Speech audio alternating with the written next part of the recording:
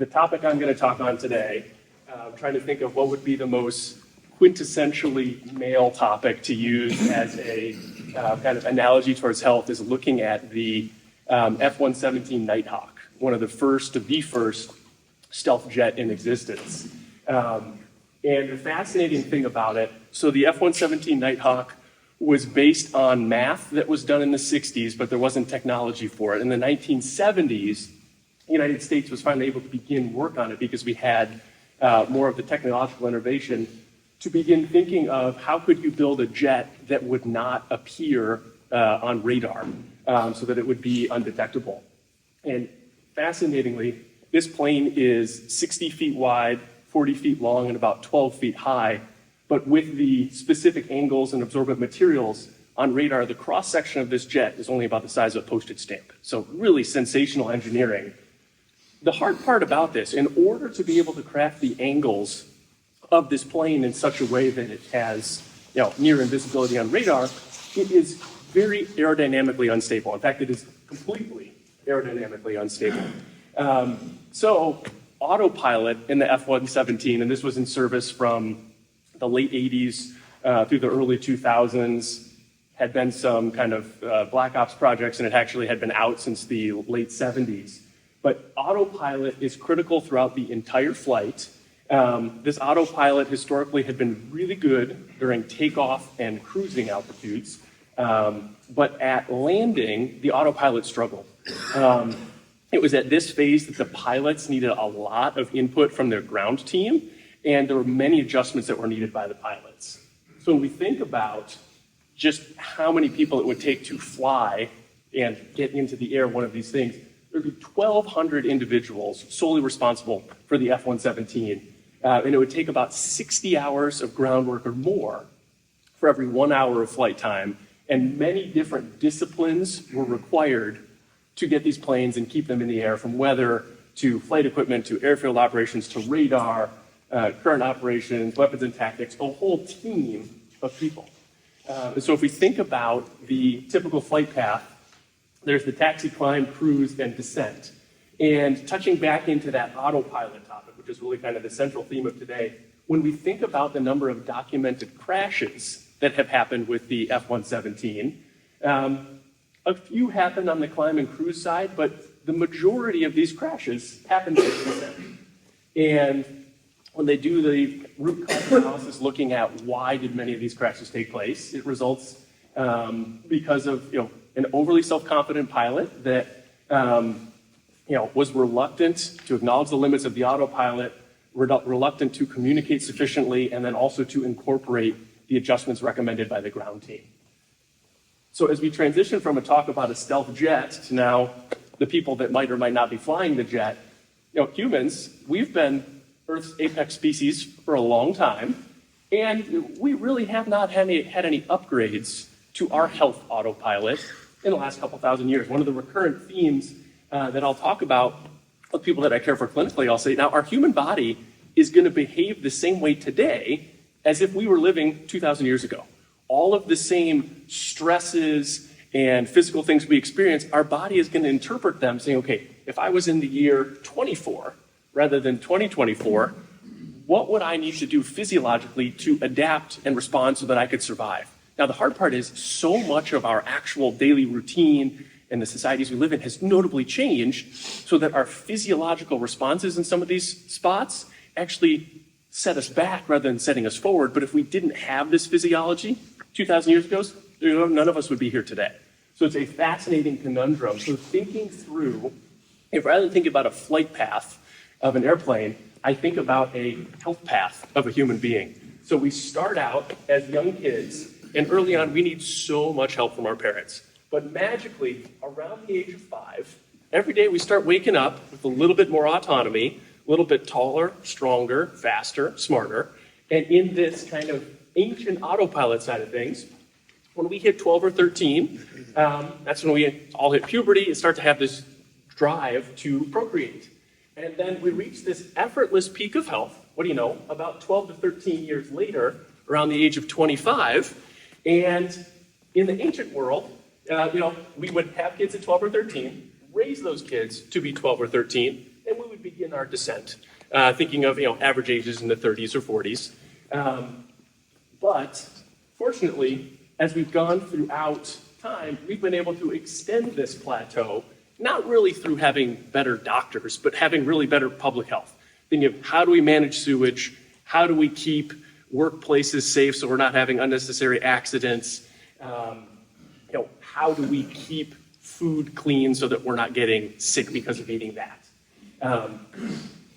The hard part is then really it's around this 35 to 45 age point that we start to notice some changes happening in our health. I say classically, the first, say 5 to 25 years, no matter what we do, we effortlessly get better.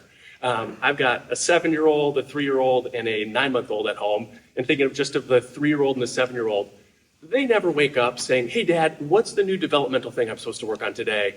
Am I supposed to get better at my agility or my math or whatever it might be? They just effortlessly do it. So we go through this phase, 5 to 25. Health is so easy, we wonder how anyone could ever struggle in it. We then enter this 25 to 35 to 45 range, and while we're not getting better, we still feel like we have this one-to-one level of tactical control, where we say, okay, and in this phase, as we say, okay, I'm not getting better, but I feel like with this one-to-one control, if I do a little bit less, I'm consistently aware of that less output that I'm getting. The hard part is, in this phase, we're also filling our lives. We're settling down, we're growing in career, we're growing families, we are accepting more and more responsibilities, such that by the time we're entering this 35 to 45 range, and we start to realize, oh, I'm packing on 1 or 2 pounds, or I went to go play pickup basketball, or whatever the thing might be, or you just slept wrong. You realize, oh, this hasn't happened before. And the hard part is, by the time we get to this phase, many times we fill life so much in these middle years, it's really hard to make easy adjustments because life is full.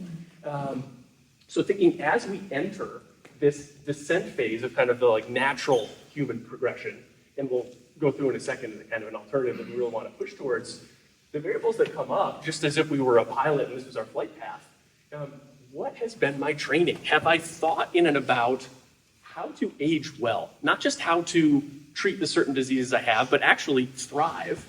And then, do I have a team? Because I'd say the strength and the weakness of us as human beings, we have great ability for wisdom and insight, but experience is the greatest teacher. I think about every day, if there was the magic ability to go back to life as a teenager, knowing all I know now, I would have had zero concern over all the pimples I might have had. So much would be different, and health is the same way. Once we're farther down the road, we're like, now I see what it was that was happening way back then. Trying to take that action sooner rather than later, knowing just this huge volume of data that we have that continues to guide us on how to truly live well, with the goal of saying, I want to have some confidence and tactical health maneuvers.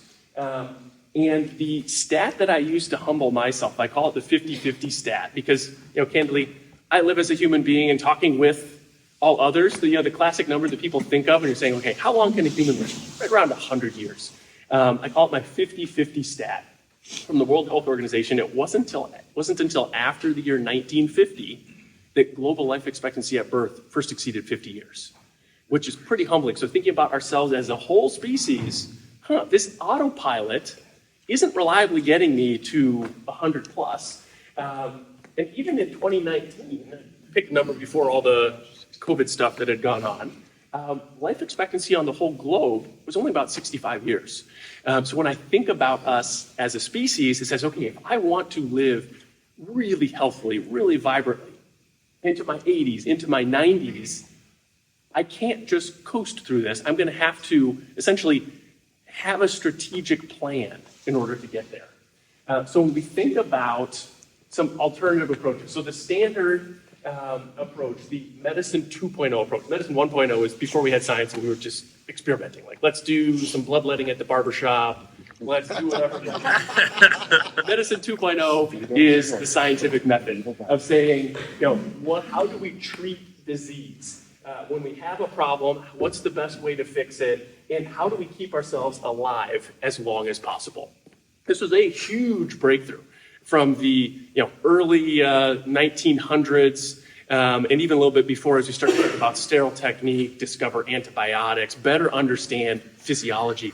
The hard part is, though, when we think about the impact of this medicine 2.0, this reactive, what it has really done, it has extended just the tail end of life, but the quality of life. If we think of the height of this curve as the amount of health and capacity we have, it did not really help us to live better. It just added a tiny bit of length to it. So the emerging topic that I talk with people about every day is this concept of optimizing our health span, not just the lifespan, the number of years in life, but the amount of life in those years. And thinking about this, call it medicine 3.0 approach, that rather than being a one-size-fits-all, is personalized to what are the patterns and rhythms and routines in my life, in your life. Rather than wait for a disease to pop up, how can I prevent it? Because as we look at medical data and better understand human physiology, about 90% of all the chronic diseases we experience as modern humans could be prevented through lifestyle approaches.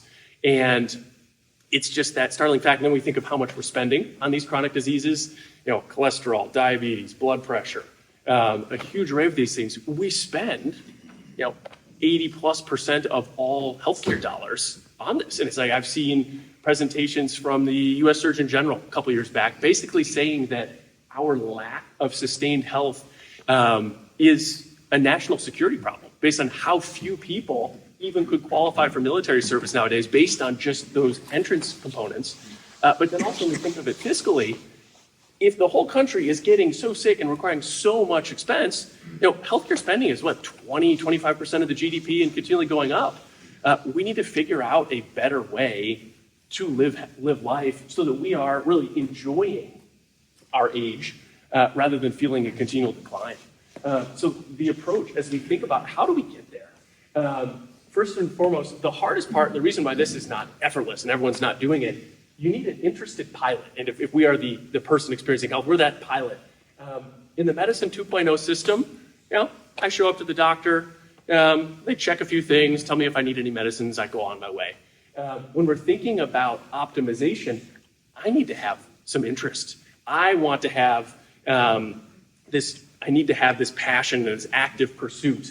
I need to have a team that is focused on me in a proactive way, not just sitting down and saying, candidly, the insights I get when I go and sit down with a brilliant but old school 70-year-old internist that I go to see once a year, his common theme, a phrase almost down to I could quote him, "Good news, Brian, no new problems, come back if anything changes."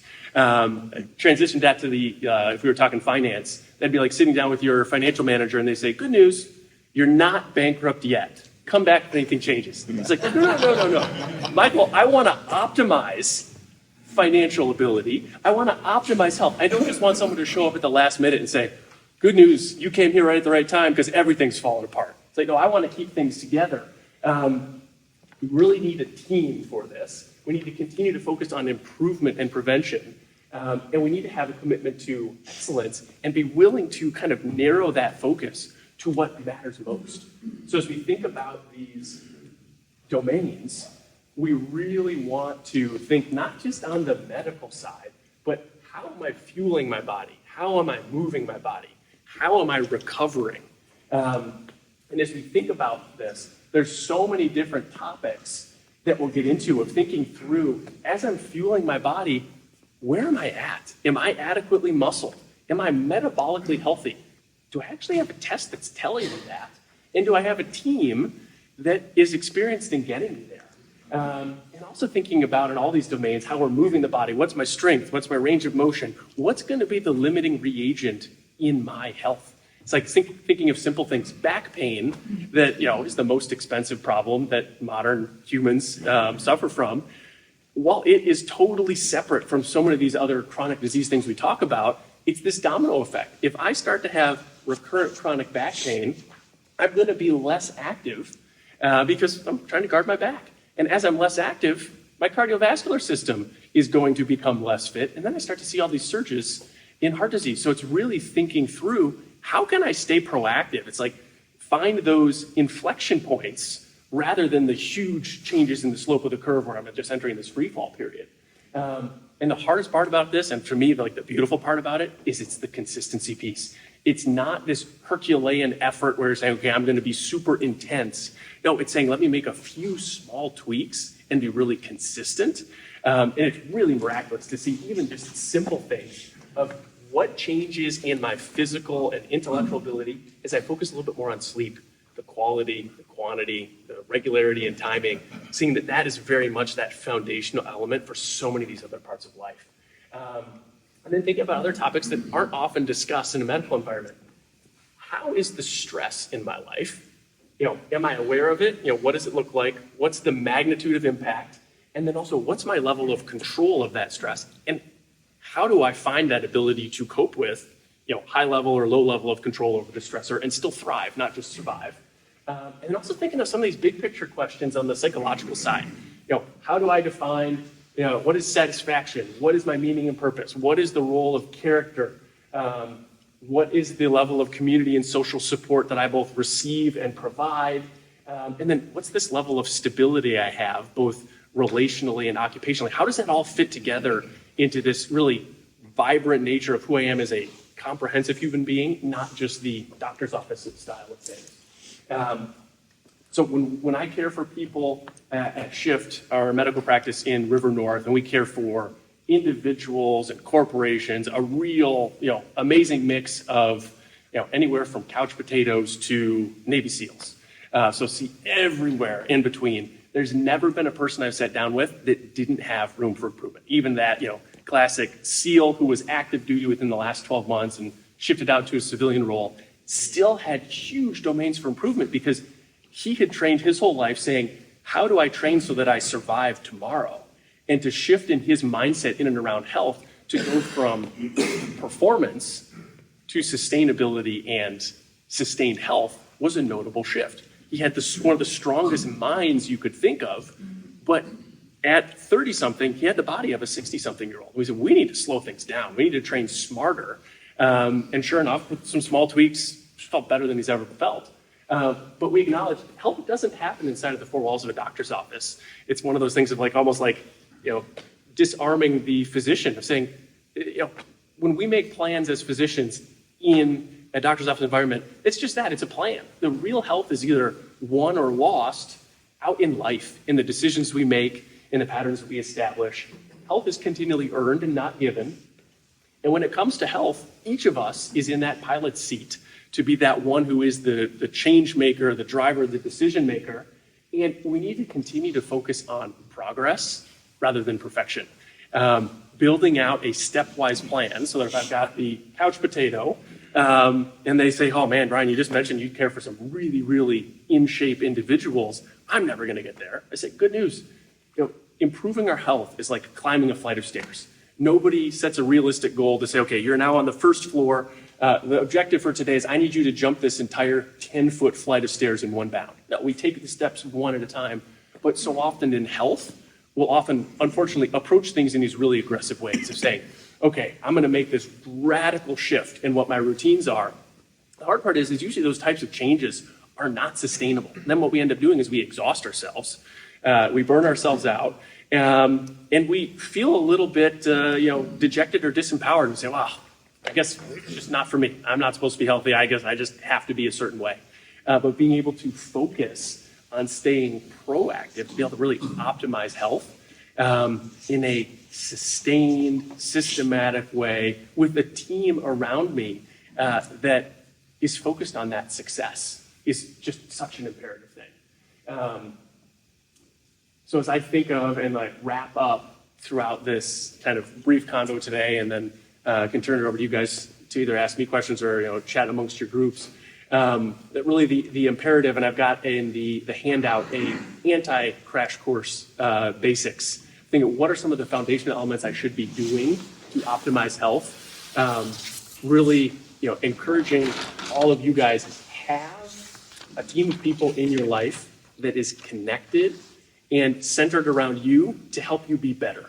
Not simply avoid the bankruptcy side of things, but grow and sustain health and have good data around it. It's like when we think about checking our cholesterol, you go to the doctor's office, you guarantee they know what your total cholesterol or your LDL cholesterol is, but do I know how aerobically fit I am? Because when we think of what's the number one thing that's gonna keep me alive a long time, cardiovascular fitness.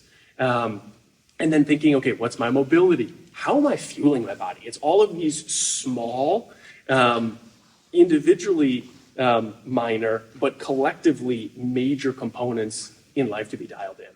But thank you guys for having me here. It's really a joy to come and chat. And I just applaud this community of men that you guys have.